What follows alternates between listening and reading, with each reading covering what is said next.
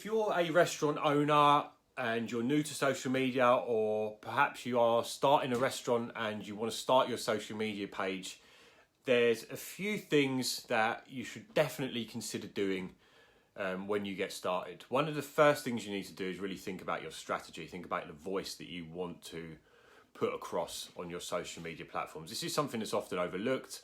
Often restaurant owners will be very quick to outsource their social media management to perhaps a member of staff, a company, without really thinking about the sort of voice and personality they want to create. That's very, very important, because that is really what is representing the voice of your brand online. And there's no question that there's going to be way more people that see your brand online than see your restaurant when they walk along the high street. It's just a fact.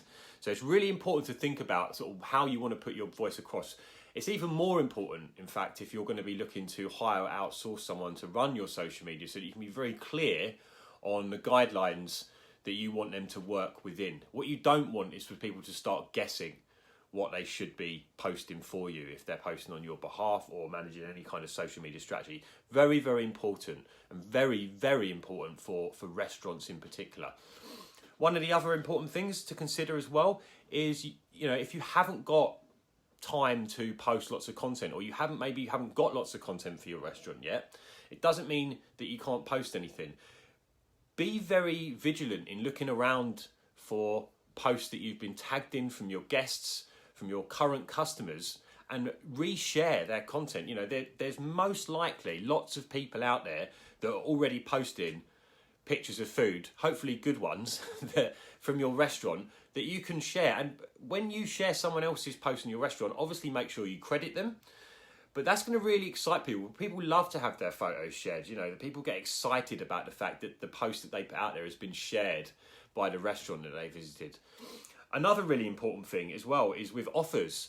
So a lot of restaurants will be running some kind of offer on their website or in-house in the restaurant. Perhaps it's on the blackboard for people to see when they walk past.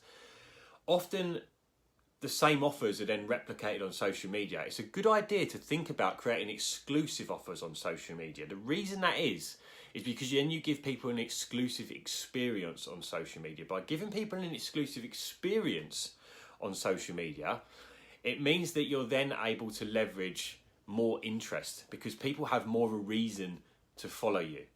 So try and think about that. How can you make a more exclusive experience on social media? Creating exclusive offers is one, but using things like insights to things that are going on in the kitchen, some of the ways that you make the food, some of the methods you use when you're buying the food, lots of exclusive content that they're not going to see necessarily in the restaurant on your social media page is going to make people much, much more engaged on your page and much, much more likely to follow you. Probably the other most important tip that I can give to any restaurant owner that is starting or managing their social media page is to make sure that you engage with people when they review your restaurant, whether it's positive or probably even more importantly negative. Make sure that you always respond to reviews. Make sure you always follow up. If someone's had a great experience, thank them for coming to the restaurant. And maybe even give them some tips to choose new dishes when they come again. If they've liked a certain dish, maybe you can mention, well, actually, maybe you should try this one because it's very similar. You probably like it. Think about ways you can engage with those people. But even more so, if you get complaints, if you get bad reviews, which no doubt any popular social media channel is eventually going to get, make sure that you respond to those in an intelligent way.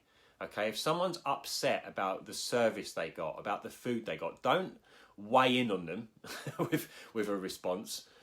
Understand the concern they've got and try and offer them something in return. Try and offer them something to rectify the situation. If you do that publicly, you're going to look like a much more responsible restaurant owner than the one that ignores the comments or gets angry and puts some kind of angry response that just makes themselves look unprofessional and really quite stupid. So really think about that. Make sure that you pay attention to your reviews, but make sure you actually respond to them. Give people the respect that they deserve, whether they've given you a good or a bad review. Really, really important.